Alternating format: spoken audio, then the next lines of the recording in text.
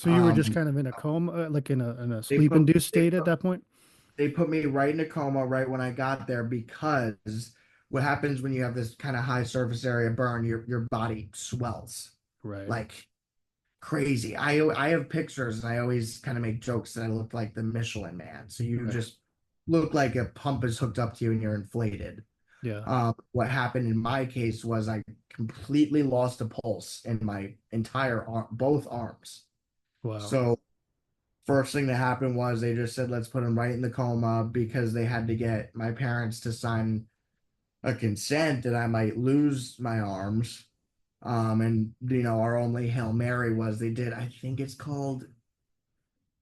a fasciotomy or something or laparotomy. I don't remember, but they literally basically cut your arm open, like Mm-hmm. down it, you know, expose it to air, in hopes that it'll get a pulse. Mm-hmm. Um, they were not too optimistic about that, but for whatever reason, in my case, I got a pulse. So right away, my parents got smacked hard. They're being told, listen, you have to sign this consent. He might lose his arms. And also, we kind of don't know if he's going to make it through the weekend. Wow. So emotional, emotionally rocked by Yeah. in that moment. Um, but they were very tough. I mean, it was extremely tough on them, but they were very tough and they were there to help push me through. My mom was I know told the story about my dad, but my mom was actually the more tougher side of things. So my family split it in shifts. Now this is kind of fast forwarding 3 weeks from these moments, but once I kind of came to, they split it in shifts. So the first shift was like, call it morning, let's say 7 a.m., 6 a.m. to maybe 2 or 3. Mm-hmm. So in that time, I'd have to wake up, get ready because they'd come and take all the bandages off. And then they'd have all sorts of specialists come in to see me. And then they'd put the bandages back on. Then we would do rehab. And then I'd have to eat breakfast before all that and then eat lunch, Mm-hmm. which I fought on. Yeah. So um my mom was the one that came in. She'd come in at 6 in the morning, tilt the blinds open, and be like, "Get up! It's time to eat an egg McMuffin." She'd have Wow. McDonald's and hash browns. Yeah, she'd be like, "It's time for you to have your McMuffin." I'd be like, "Ma," I'd be like, "Just let me sleep," Yeah. because the night was a struggle too. Yeah. Like getting through the night, you're waking up, you're getting, so you're top at that point. You know how it gets when you finally get to sleep and it's the morning. It's like you don't want to get up. So Right. I'm like, geez, would you just come on, get out of here. What do you Yeah. go close the blinds? Yeah. But she'd get up, let's go. Um, but she'd get me moving and get me through that shift, which was by a landslide the worst shift. I also then later on, that's when the shower was happening too. Mm-hmm. The shower was brutal. So Yeah. that was my mom. So Yeah. she had to kind of go through all that. My sister Nicole did the afternoon shift. So Mm-hmm. she taught in Orlando at the time, was a teacher, and came over to Tampa every day. It was probably a 45 minute to hour ride. Yeah. And she'd spend 3 o'clock ish to usually like 9. And that was like the fun time. We would Mm-hmm. do like sushi, we'd Mm-hmm. watch Netflix, we'd have stuff delivered. Yeah. That was like the more relaxed, like let's chill time. And then my dad was the night shift because Yeah. kind of always been my comforting support system. So he was the night shift. He'd get me ready for bed, stuff like that. And he was better with that because it was the split between easy and tough. Like Mm-hmm. the morning shift was brutal, but that one was like a good time because it was a time for us to kind of hang and wind down for bed. But Right. it was also bad because you'd have to get up periodically. I'd be asking for pain meds, so we'd wake Yeah. up to pain meds. Once I could finally have liquids, I'd be waking up. Dad, can you give me some Gatorade? Can you give me some of this? Like, because then I was like, I went beverage crazy. Oh my God, when they finally gave me the Because you're kind of dehydrated, I would assume, right? Really, oh, really bad. they're doing it intravenously, Yeah. so they're keeping you where you have to be. But Yeah.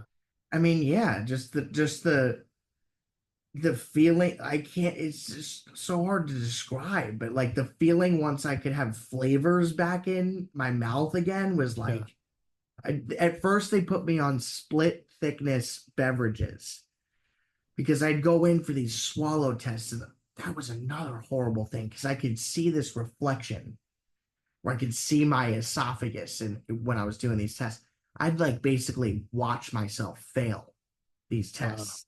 So I'd Wow. go take the swallow test. I'd be like, please, please just pass the test. And I'd be watching, I'd be like, I'd start to learn like what it looks like when you aspirate into your lung. And I'd be like, God, like, I don't think it worked. I'd be Yeah. sitting in the chair, like, hopefully they make a mistake. I don't care, Yeah. I'll try drinking anyway. But it wasn't until like the third or fourth time where I finally passed it. And when I did, they said, like I had seen this on the monitor. It's like it's a little bit close, like you're right on the line, but I'm pushing them. So they said we're gonna do split thickness. You got to put this powder in your beverages, Mm-hmm. and that's how you drink. And to me, that was like I was like psh, load it up with powder. Let's Yeah. powder it up. Let's do this powder thing. Yeah. So all of a sudden, I could get Gatorade and obviously water, but like I said, the flavor. Like I went on a Gatorade kick. I'd be requesting my friend, like, I want yellow today. To Mm-hmm. bring me red today. I want blue. Yeah. Then I discovered, I think it was, I forget which tea brand. I want to say it was Lipton. I forget, but there was a peach iced tea that I just fell in love with. Yeah. It was good with the split thickness. Like you had to find things that worked good with the powder that they were putting in. Like Right. a Coke wouldn't work too well. Yeah. Not that I really wanted carbon at that time, but it was just wild because I went on this drink craze. Like my dad would have a cooler, like Yeah. with different Gatorade color. I'd be like, Dad, Gatorade. He'd be like, which color this time? I'd be like, orange. Yeah, I'd Yeah. be like, I went on a flavored juice like Yeah. kick. Yeah. And once that stuff started to happen, you really felt like I started to feel like up until then, it is like, come on, like something has to give at some point, Mm-hmm. Holy cow. Yeah. And all of a sudden they give me the thick liquids, and then I can start kind of eating, and then I'm kind of like at that point could take a I'm like could take a Yeah. breath finally because I'm Yeah. like, okay, I could have a Gatorade at least. I could have water, like, Yeah. now I could eat. My mom wants me to have the McMuffin. Not that I was super pumped about the food in the beginning, but Yeah. um once that started to happen, it's like, okay, you start to see the light. Like I could see um more daylight, and kind of felt at that point I was getting towards the other side of what was a horrible, 6 to 8 weeks in the beginning. Yeah. So Yeah. little things like that that really, really kind of kept you going because time goes on and you get those little things, 4 weeks you get something, 6 weeks you get something, 8 weeks you get something. So it's all about just driving forward, and the small victories come, and you Yeah. got to take them and use them to keep motivating yourself and keep on going.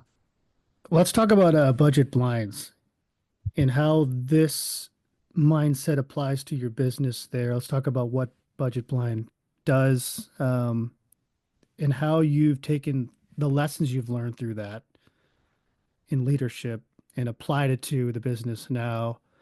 Tell us about the brand, what you guys do, but also how do you use all of those ingredients to enable your success with Yeah, this yeah, of position? course. So Budget Blinds is a window treatment franchise, Yeah. and we are nationwide. We're the number one brand nationwide, and we that's from Canada to all throughout the U.S. And each franchise is individually owned.